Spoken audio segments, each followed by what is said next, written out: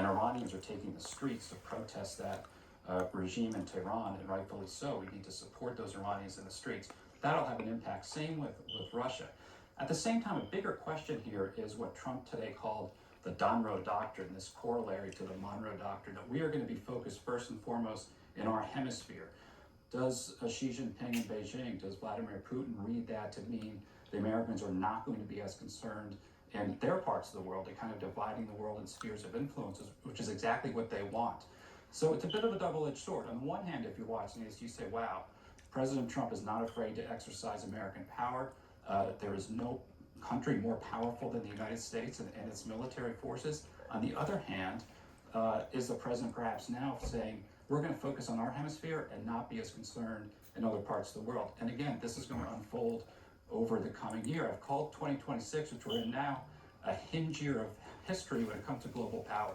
And that's what we're seeing play out. Venezuela, Taiwan, Ukraine, Iran, it's all going to play out here over the coming years. Like it's over. Yeah, we're glad to have you. We're 3 days He's in trying to now, fake it. so, Like, yeah, what are niggas see trying to fake that what shit? the rest of the year holds. Brett McGurk, always good to see you. Thank you so much. We appreciate it. Continuing our breaking news here, we have these stunning new images showing captured Venezuelan President Nicolas Maduro arriving in New York to face drug and gun charges.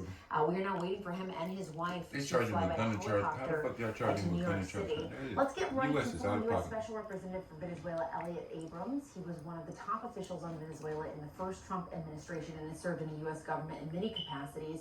Thank you so much for being here with us. We really appreciate it.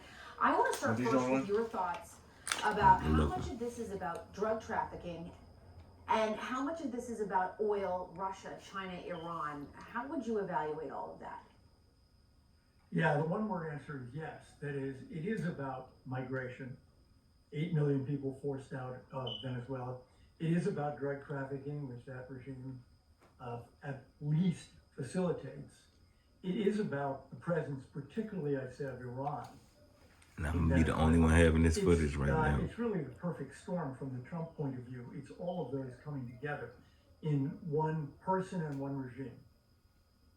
You did mention oil, and I think it's about that too, but frankly, that's a little bit puzzling. I've been telling y'all about this years ago, before this even got to this point. Oil in the world. Venezuela in the next year or so can probably increase its production by about 500,000 barrels a day.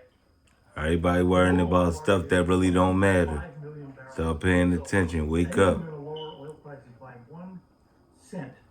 So I'm a little bit surprised at the president's emphasis on oil.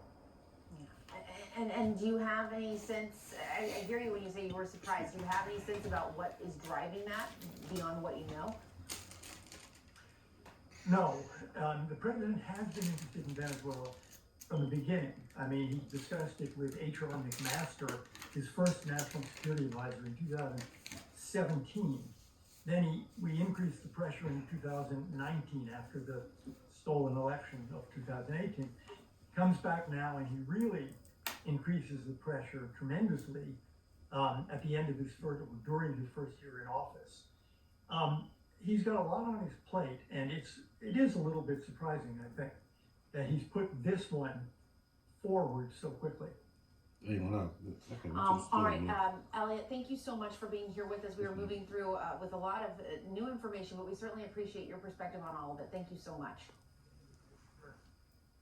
And with us now, Democratic Congressman Jake Auchincloss of Massachusetts. Congressman, thanks for being here. I know you commanded Marines in Latin America.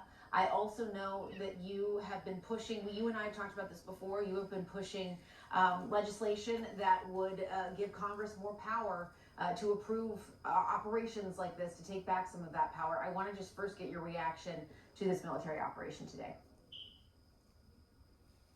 It's illegal. The president doesn't have authority to do it. Illegal. Which is what Democrats put on the House floor in December and Republicans voted against. Republicans will have a chance in January to change that vote and to stand up for the Constitution's allocation of war-making power to Congress, not to the president. And if they listen to this press conference this morning, I cannot see how they do not want to do that, because his president said that he is not ruling out putting boots on the ground. That should haunt any veteran of these forever wars, and it certainly haunts me as somebody who actually did put boots on the ground in Latin America, because